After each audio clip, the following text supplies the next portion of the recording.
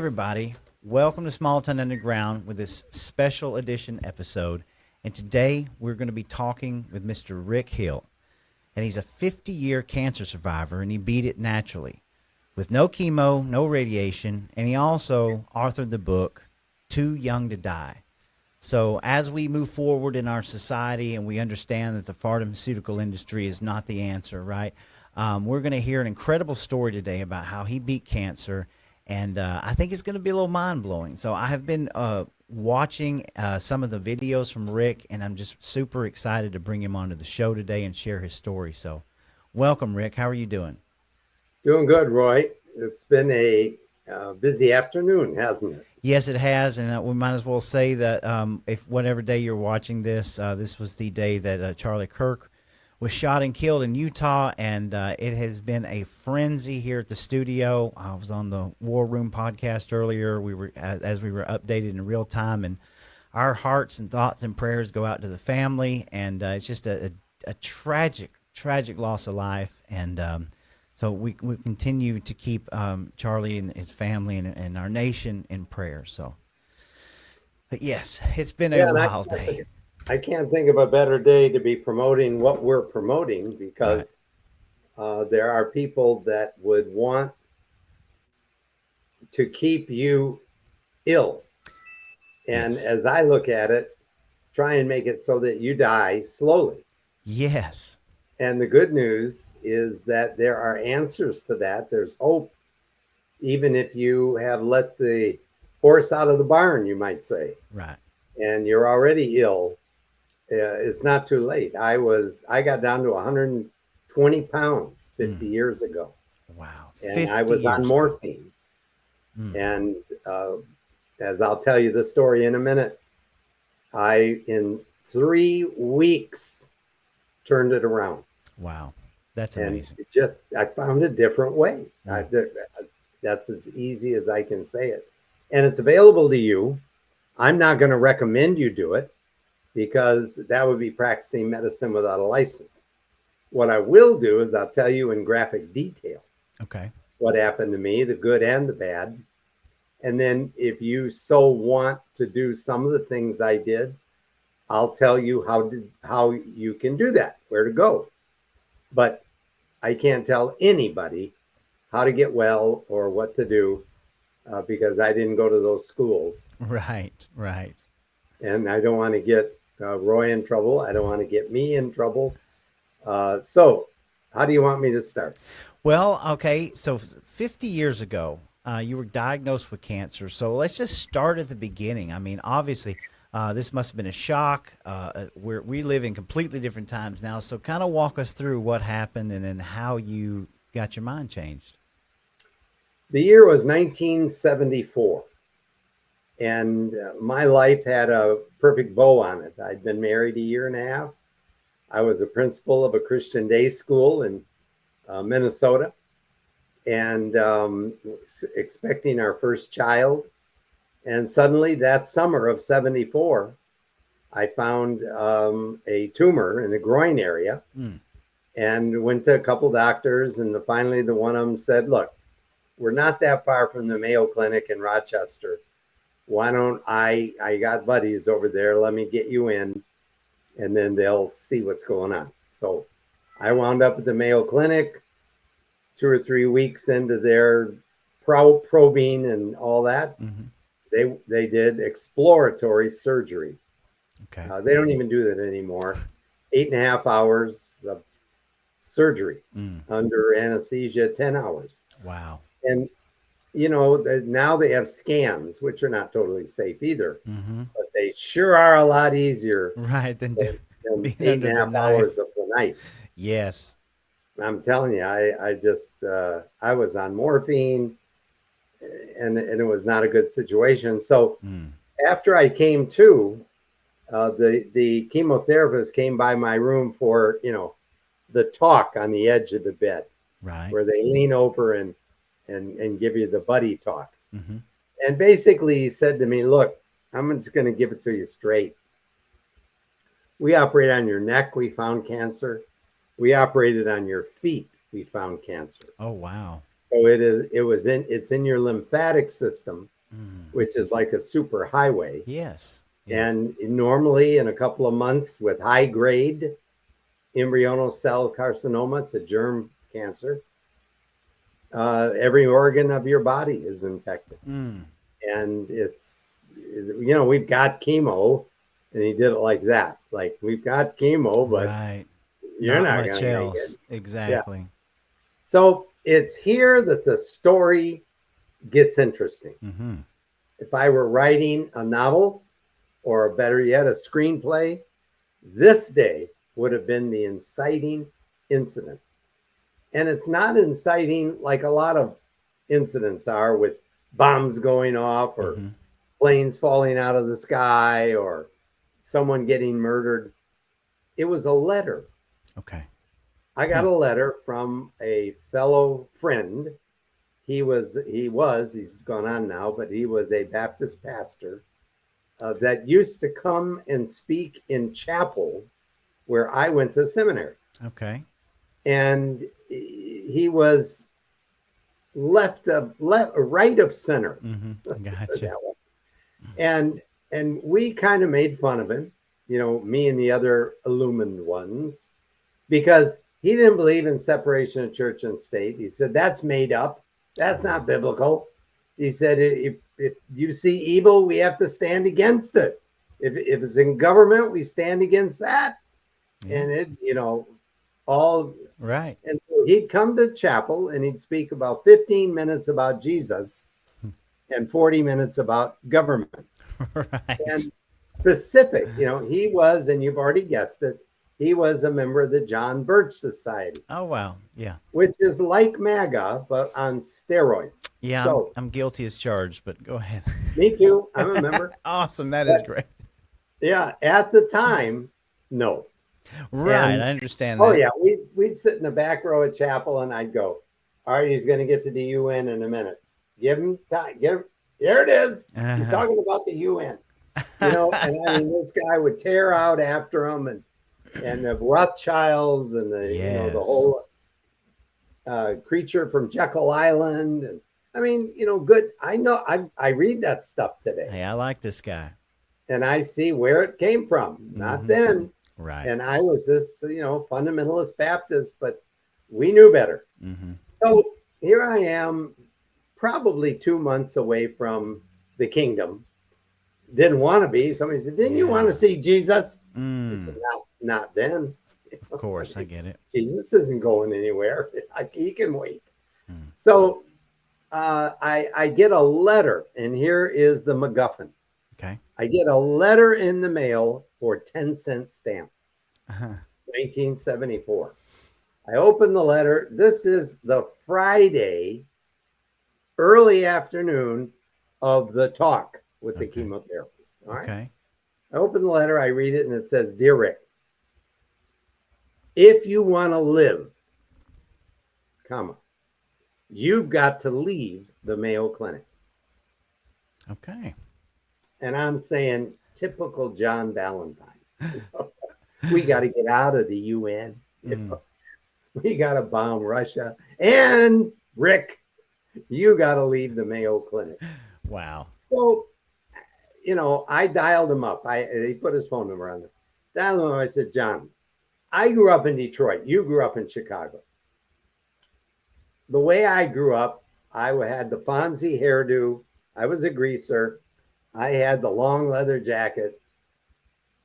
And I would have asked him, what are you smoking? Right. Except I was pretty sure he wasn't. For sure. The Mayo Clinic at that time, that was the pinnacle of the medical industry, right? I mean, what on earth what would you ever leave the Mayo Clinic? I mean, it was like, this can't be happening to me. Mm-hmm. And I said, you have got to tell me what you think I should do, John. And he said, are you sitting down? Mm-hmm. I thought, there is no good information that follows that question.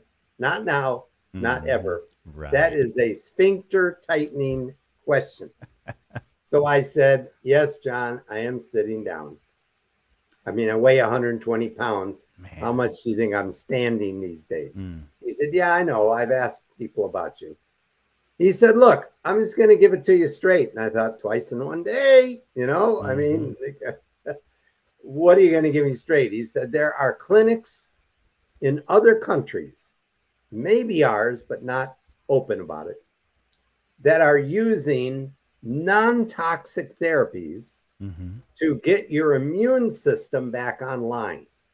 That's your problem. Your body's not lacking chemotherapy. Right. It wasn't Yeah. lacking surgery when they Mm-hmm. cut you in half. I see. Makes And I sense. said, well, yeah, where do I go? Mm-hmm. He says, and he paused, like, are you sitting down? He said, well, the good news is you're going to fly into San Diego. Okay. Yeah, that's how I reacted. Oh, and then he said, yeah, and then probably going to get on a bus and go down to Tijuana. Tijuana. Okay. So I said, all right, I'm taking notes. Let me see if I got them organized yet. My family is in town to say goodbye. Mm. They told Wow. me to do this 3 weeks ago. Now they're all here. Mm. See who gets the gold watch. Yes. I got Time's you. about up, John. And he said, I know this. And I think if you'll go down there as fast as you can, there may be hope.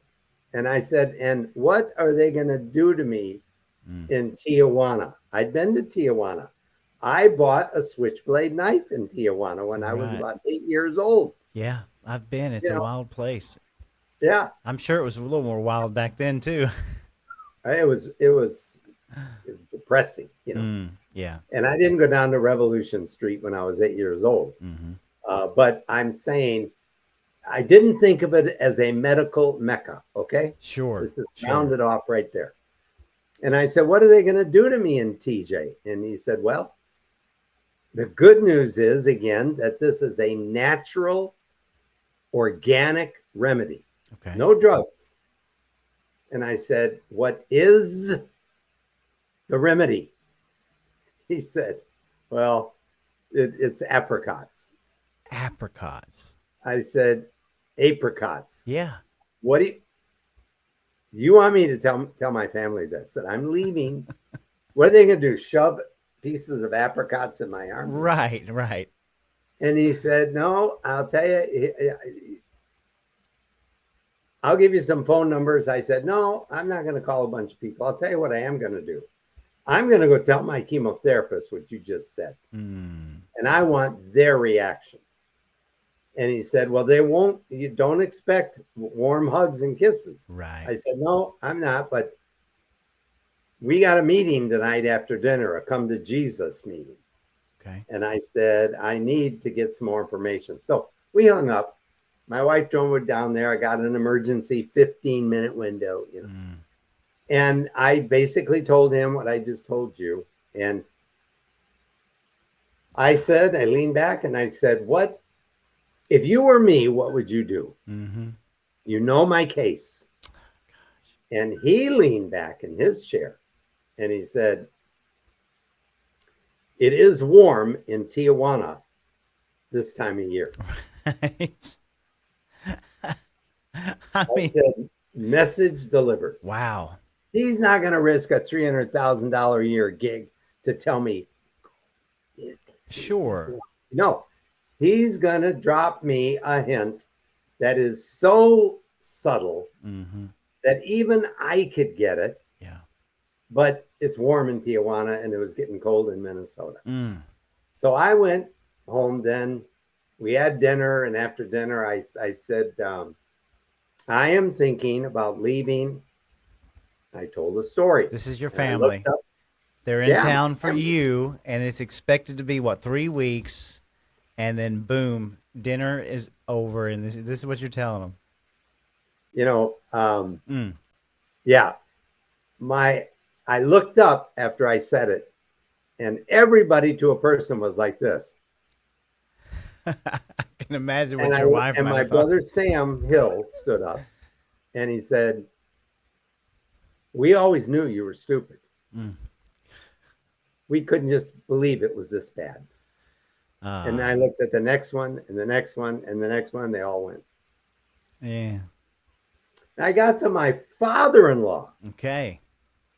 He stands up, big guy, contractor, owns Caterpillar tractor type guy. It's straw out his mouth all over. Right. And he says, I like it. And I'll take him down there and I'll help pay for it. Wow. Wow. My family looked at the floor. Mm. And I said, deal. Wow. That is wild. I imagine that was a wild dinner night. That was where, the painter gets up, rolls his canvas up, and runs out the front door. Mm. The dog leaves the hearth and runs Right. after. It was just a disaster. Mm. But I decided I was going to go. Now, if we aren't men of faith, we were this afternoon. Absolutely. With the news about Charlie. But I'll give you one Bible verse, and I'm not going to preach. But I think, in fact, the story I'm going to tell you is from the Bible, but it's a little funny, I think. It has humor in it. A lot of the Bible does. It just doesn't have a good warm-up. Right. It just sort of delivers the punchline when you weren't even looking for it. So Abraham was looking for a wife for his son. Okay.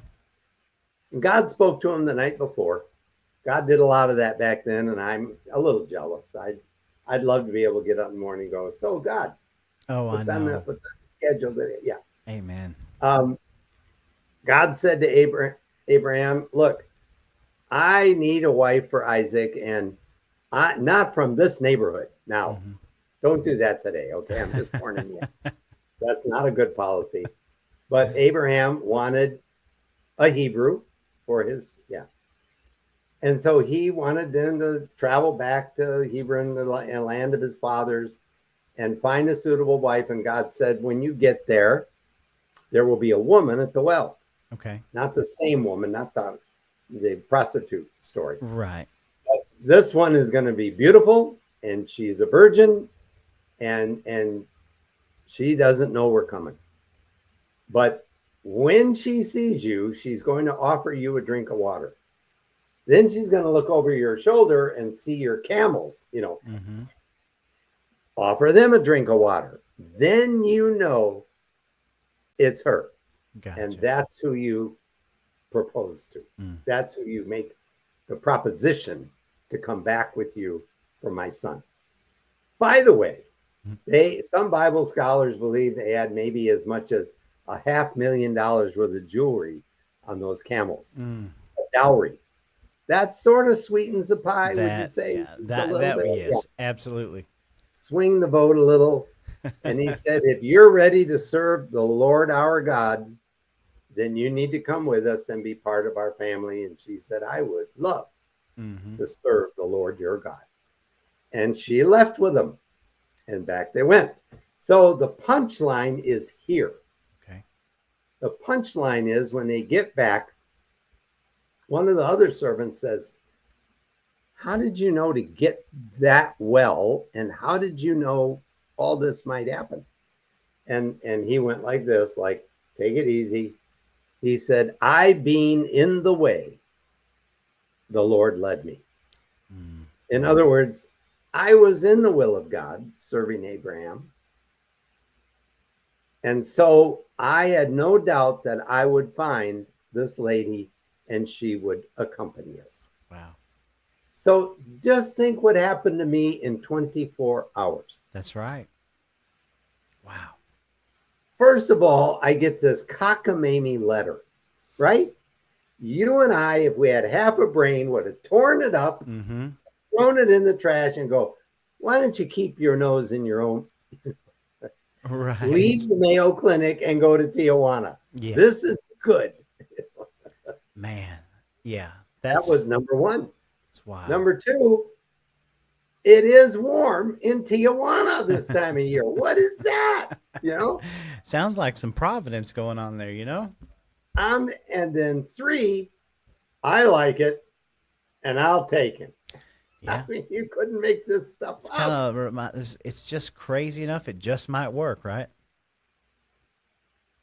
So I left, Okay. went to Tijuana, but it was like going down the rabbit hole I can because you imagine. don't take a Detroit greaser and put him in the burbs of San Diego. In Detroit, there were no, I don't know about you. Well, maybe when you grew up in Chicago, I'm a few years older. Hmm.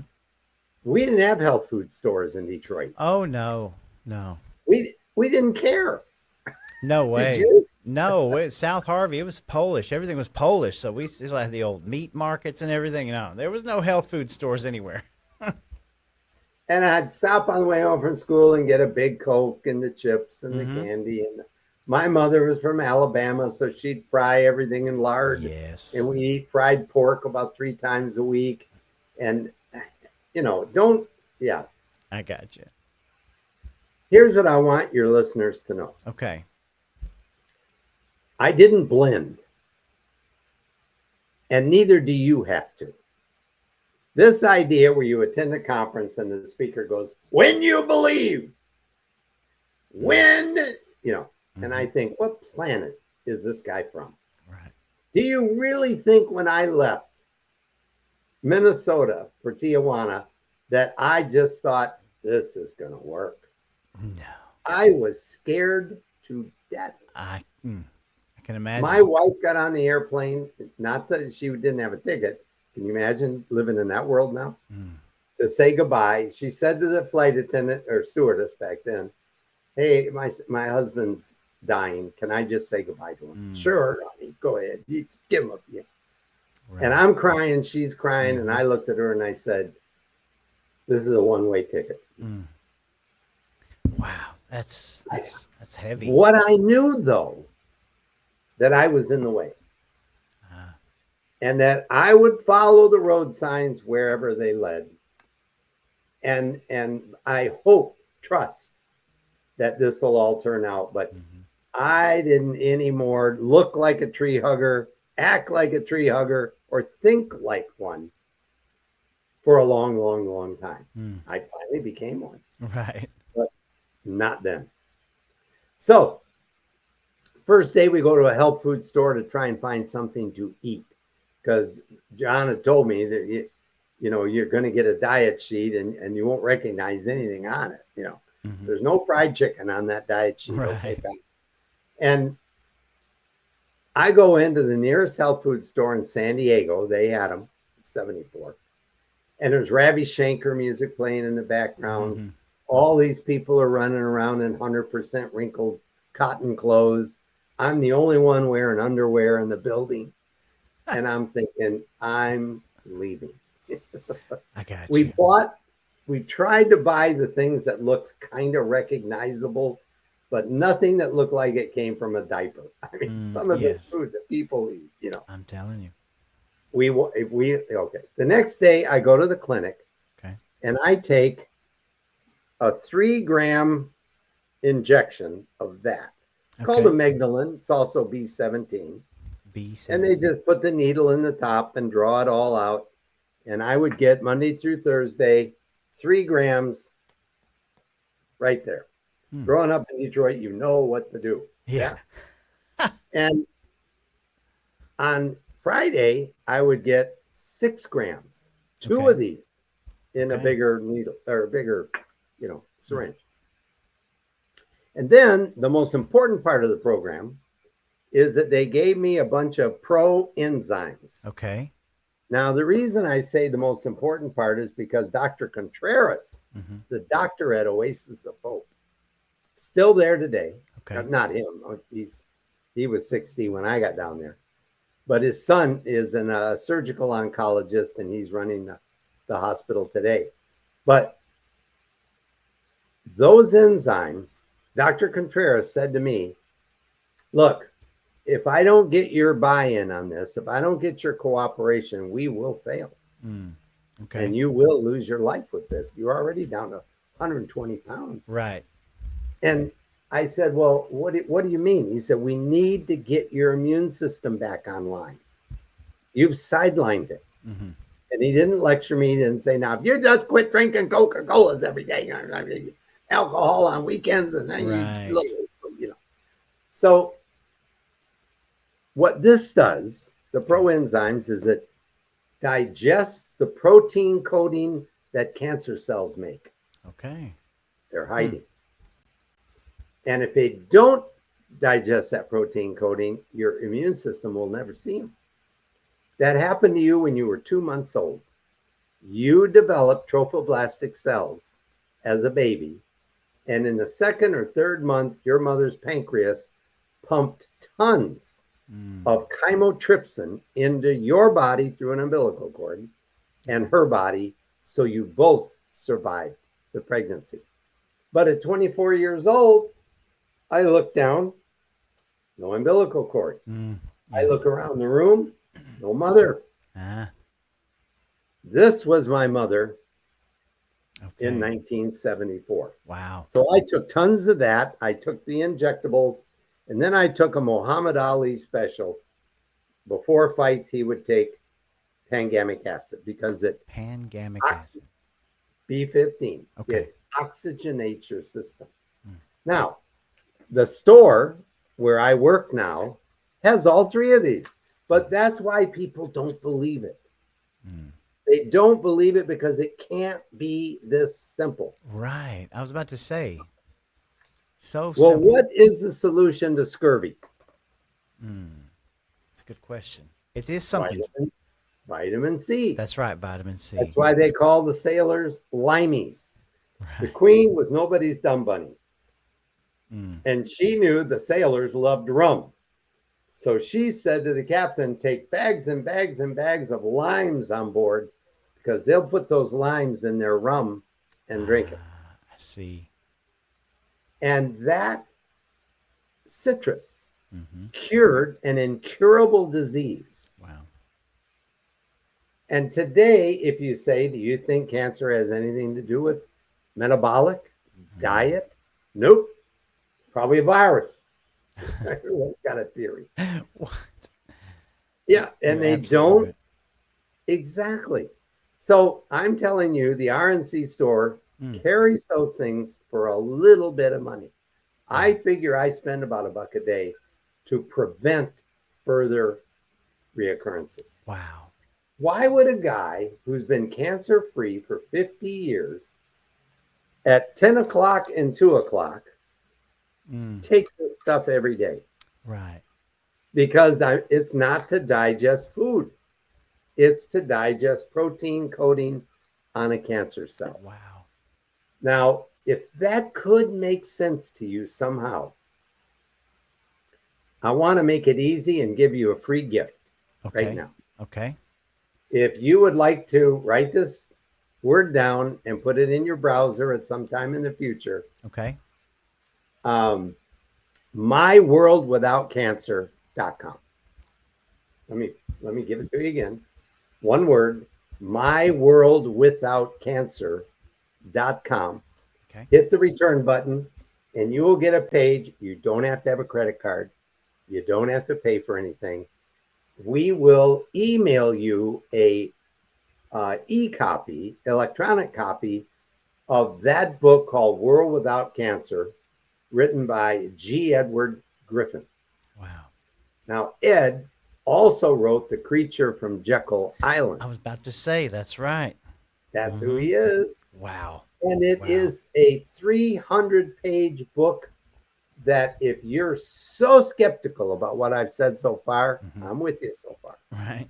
But you'll read that 300 pages and go, oh, how did I not know this? And the second half of the book is how you didn't know it. It's what the government did to get rid of this, because they did not want you to take this. They wanted you to take chemotherapy, surgery, and radiation. Sure. So Become you a say, patient. that's so simplistic, Rick. You're so stupid. Your brother was right. Read the book. Right. Yeah. What questions do you have, sir? Well, that's amazing to me. So let me ask, and I've never heard of this particular what you're talking about. But why do you suppose that this information has been? I mean, obviously, I can answer this question by saying they want to suppress this type of knowledge because they want you to be a cash cow in the pharmaceutical industry, in the patient industry. But wow, I don't. It's so simple. You would think that we would have this information out here just so broadly, but Well, this is just did you interview John Richardson yet? no, sir. I have not yet. Okay, got to do that. Write that Okay, one down. you got it. Got to get because his father was this Richardson, Dr. Okay. John Richardson, MD. See, Yes. and there are 63 case histories here of people that were sick or worse than me that did well. Wow. And there are thousands and thousands since I was sick. Mm-hmm. I've got a lady on my Facebook that was down there when I was there in the same building. Mm. And she's now living in Key West, Uh-huh. too much sun and too many grandkids. Very nice. She's fine. And she had glioblastoma, Okay. cancer of the brain, Mm.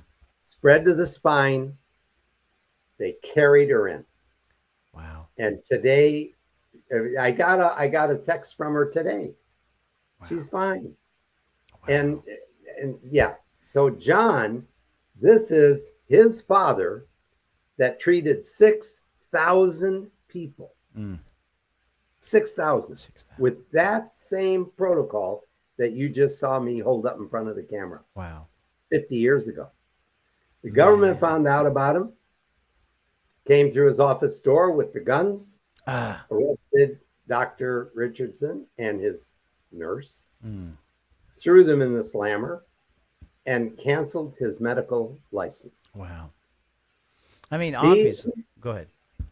We stand on the shoulders of tall men and women. That today it is legal not only to buy it, but to use it as long as we don't pretend that it's a cure for cancer or anything else. Sure. We sell it the way I talk to you about the limes or high dose vitamin C. It's an adjunct therapy. I see. That just gives your immune system a bunch, a little push. Yeah, I mean, we saw the suppression of like ivermectin, for example, during COVID, and now where you would be. I mean, you were ridiculed. You were canceled off social media. Now today, it's officially, you can use ivermectin for COVID. So we know that simple things are being suppressed. Let me ask you: are you continuing your checkups, or do you have any sort of way that you continue to check on your body as something that you've been keeping track over these 50 years, and to be cancer free? I mean, are doctors looking at your body and your results? And I mean, what do they say about it? Well, remember where I went for my cancer in TJ, he is a surgical oncologist. Okay. This is not a guy who on weekends, gives you ideas on how to get rid of your headache. This guy is a full-blown surgeon and educated, and they can do cancer markers, Okay. They can do functional testing, which is becoming more and more popular, where they'll test maybe 150 different things. And they look for inconsistencies that will give you road signs to what's the matter. Could be a deficiency, could be a lot of things. Right. But I get all that testing done, and once every 20 years or 10 years maybe, I'll get a chest x-ray. Okay. Because the lymphatics feed into the lungs, and that would be one of the places where they take up rent right away. Right. But remember, I get up every day and I take those enzymes between meals so that when my immune system floats by, they go over there. Wow. Let's get them. That's amazing. Instead of being overrun. And that's what Laetril's for, the B17. Okay. That's your backup plan. The enzymes get your immune system vacuuming everything out. And then this Laetril that I told you about, injectables during big time sicknesses, But then after that, they put me on the capsules. Okay. Or some people eat these seeds prophylactically. Okay. Now, have you ever had one of these? I don't know. That's the apricot, right? That's inside the Right. apricot pit. Okay. Crack it open, and that almond is in there. Yes. I don't think I have, but or Doesn't maybe. taste like an almond. No, it doesn't, does it? No, it's pretty bitter. Have you ever eaten an apple seed? Yeah, actually. Yes. Like bitter Yes. with a kind of a um, frangelico taste, huh? An Definitely bitter. apple. I didn't eat it on purpose. Oh, Yeah. okay. Yeah, anytime I eat an apple, I eat the seeds. Wow. And Okay. anytime I eat it, this is a peach pit. And if I open that up, you'd find one of these inside, only bigger, and tastes just like that. Really? You'd Okay. almost think there was a God who is trying to tell us something here Right. when all of these, any kind of stone fruit, grapes, Mm-hmm. peaches, yeah, I got you. It makes so much yeah, sense. and there have been civilizations down through the years, like the Hunzas in northern Pakistan. The soil is great for growing apricot trees, and they use this for a living. And the children from birth are eating these seeds, Mm. and they'll live to be 120, 130. By the way, Wow. Man. MSNBC just did an article about this and quoted this and said these people have lived to be 160 on occasion. Man. Good eyesight, good teeth, real hair. Mm-hmm. You know, Sure. I mean, never did gosh. anyone have cancer in that village. Oh yeah. We are poisoning ourselves with our food and our all these processed fats and trans fats and the fake food everywhere. So it makes a lot of sense. Well, let's cut to the chase here. Okay. I was only there 21 days Okay. in TJ, and that is the most dangerous time for a cancer person. Remission is a horrible time for this reason. Too often people get into remission and they go, dodge that Right. bullet. Yeah. I'm done with it. I'm gonna go on and live my life exactly the way I did before. Right. Okay. And they relapse many, many, many, many times. And for some odd reason, I asked Dr. Contreras about this. I said, why, when the cancer comes back, is it so much different and menacing? Mm. I don't know, but it is. Mm. It just, everything that worked before now doesn't work Gotcha. for many people. And, so I made a commitment to do what that doctor told me to do and to keep doing it Mm-hmm. after I left the clinic. Man. And in a nutshell, that's how I got well and stayed well. I ate mostly organic, raw fruits and vegetables, Mm-hmm. little bit of teeny bit, 4 ounces of meat that was organic, broiled. And I didn't poison myself. Man. And to this day, we do very well with our diet. I'm 70. I'll be 75 in 2 months. I take no prescription drugs, or the other kind either. Right. But thank God, I learned years ago how to care for myself. Man. And I would love if what I've said makes sense, Mm-hmm. that your viewers would say, maybe I'll try it. Yeah. Absolutely. And you've set up, you set up a discount code for them to do that, Mm-hmm. called Small Town. Yes, one Yes. word. Yes, I believe it's one word. Mm-hmm. Okay, small. So if you get to our website, rncstore.com, and you go find these 3 things, where it's under the word bundle. If you Okay. look at the little search bar, Mm-hmm. get a bundle, and then at the bottom it says Do you have a discount code? You write small town Gotcha. and you'll save 10%. That's awesome. Yeah. And Roy set that up. I mean, So, if you go back to your story, how easy it was, where you were at in your life, mere weeks away from everybody just saying, "Hey, this is the end of the road," and you took that providential journey to try something.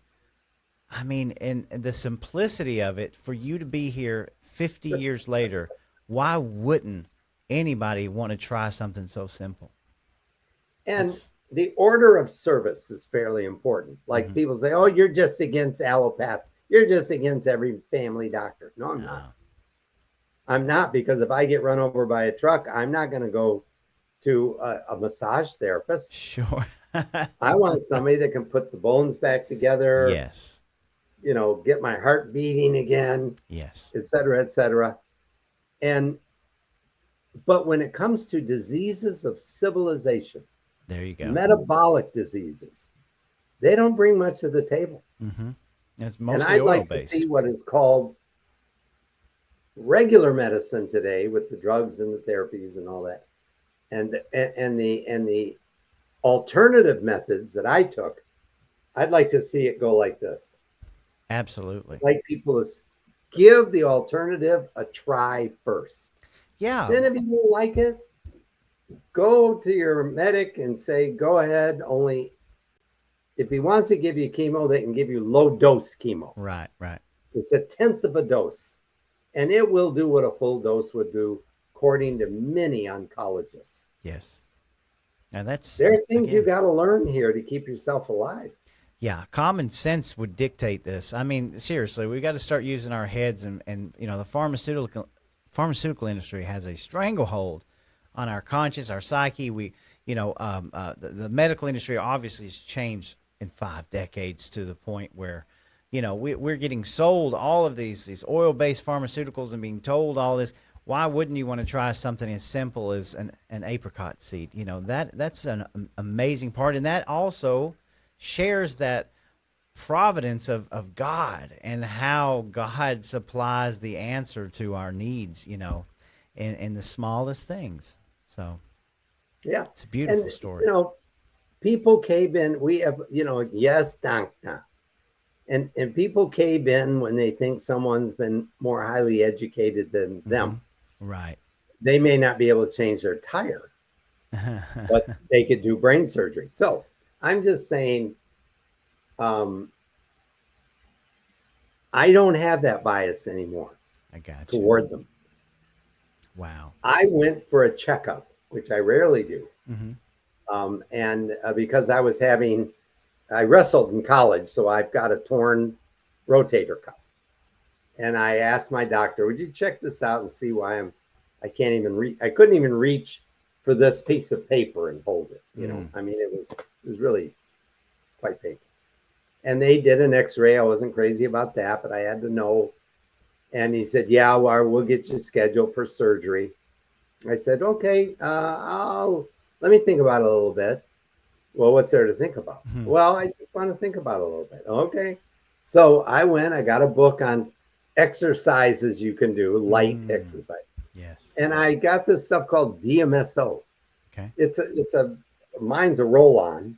Horses use it, Mm-hmm. And I started putting that on, and I thought, well, doggone it. I mean, it's different now. Mm-hmm. Not 100%. Right. Because I beat myself up in college, or other guys beat me up. So I go back, and he's looking at my chart. Well, how do you feel? How are you doing this? How you doing? And he said, how did that shoulder surgery go for you? And I said, I never got that. He went, what? I said, no, I never got that. He said, why? I said, well, I did some exercises and I got this stuff called DMSO. Does that ring a bell? Looks at me like that. And he looked, and I'm telling you God's honest truth. He said, yeah. And some people think if they eat apricot seeds, they won't get cancer. And I looked at him and I said, I've never told you that story. He said, Oh, what story? I wow. said, I'm the guy that eats the apricot seeds I'll be and dang. have for 50 years. He was carrying the note and he slammed it shut like that and said, anything else for me? And I said, not now, not ever. And he Wow. walked out of the room and slammed the door. That is That's what amazing. we're facing. Mm-hmm. Yeah. Now, I don't know if he got a commission on surgeries. I Mm-hmm. don't know how that whole thing works. It wouldn't shock me. Sure. But he was unhappy Mm, that I would deign to reject his, wisdom exactly. and use something that was totally natural to fix it. Am I 100% fixed? No. Could I have errant cancer in my body? Not likely, but maybe. Sure. That's why I don't give up. I keep Mm, things going. man, I that's don't great. want to die like that. I want to be doing something like ballroom dancing, Mm-hmm. Absolutely. Absolutely. Yeah, and die like that. I don't want to die. People say, well, it's my life, huh? Mm, And I want to enjoy the last. Have you ever seen anybody with terminal cancer survive for a year or two? no. It's not their life. That's right. Yes. My Their aunt. options are gone. Yeah, and the crazy thing about it is that when it does happen, my aunt happened this way. One day she's just there, vibrant, and the next day it was just like it was such a downhill situation. It was just like over in the blink of an eye. It was so sad. So Yeah, and okay. people react. I mean, I've got a letter from the Mayo Clinic um, that shows the craziness that's out there. I wrote the Mayo Clinic a letter. Mm-hmm. I blew up one little paragraph, but the Mayo Clinic got a letter from me because the American Cancer Society followed me to a meeting one time, and when the place put a ad, or not an ad, but an article in the paper the next day with my picture, the American Cancer Society lady wrote a competitive article right across the page. Okay. And it said, as for the testimony offered, it may be that he never had cancer in the first place. Oh my Lord. So I clipped the clipping. I have Mm. it today. And I wrote the Mayo Clinic and said, you owe me more money than you'll see in your entire life. The American Cancer Society has said you lied about this, Mm-hmm. that you did 9 hours of surgery on me without provocation. Wow. And I got this letter back overnight. Mm. And this letter, well, I'm not going to bore you to tears, says you had Mm-hmm. high grade stage 3 embryonal cell carcinoma and chemotherapy was mandatory. Wow. I This didn't is lie about it. crazy. No. Yeah. And I was, like I said, I was on my last Mm. leg. And people will come up to me after a seminar. One good old boy came up and he says, people like you make me sick. Ah. I said, well, I didn't mean to. What did I say? He said, you act like if we eat at McDonald's, we're never even going to go to heaven. And I said, I never said that. In fact, I think you're going to get there quicker. My goodness. I mean, He didn't like me. well, I mean, it's And you true. get this. The You get poisons. this. Mm-hmm. So wow. So basically, you can try if anybody wants to try anything like this, you can go to is it rnc.com? Nope. RNC, like Rick, Nancy, Charlie, Okay. store, Store. STORE, Okay. I know the .com. website's up here already, but just Yeah. to reiterate that, and they call it the bundle.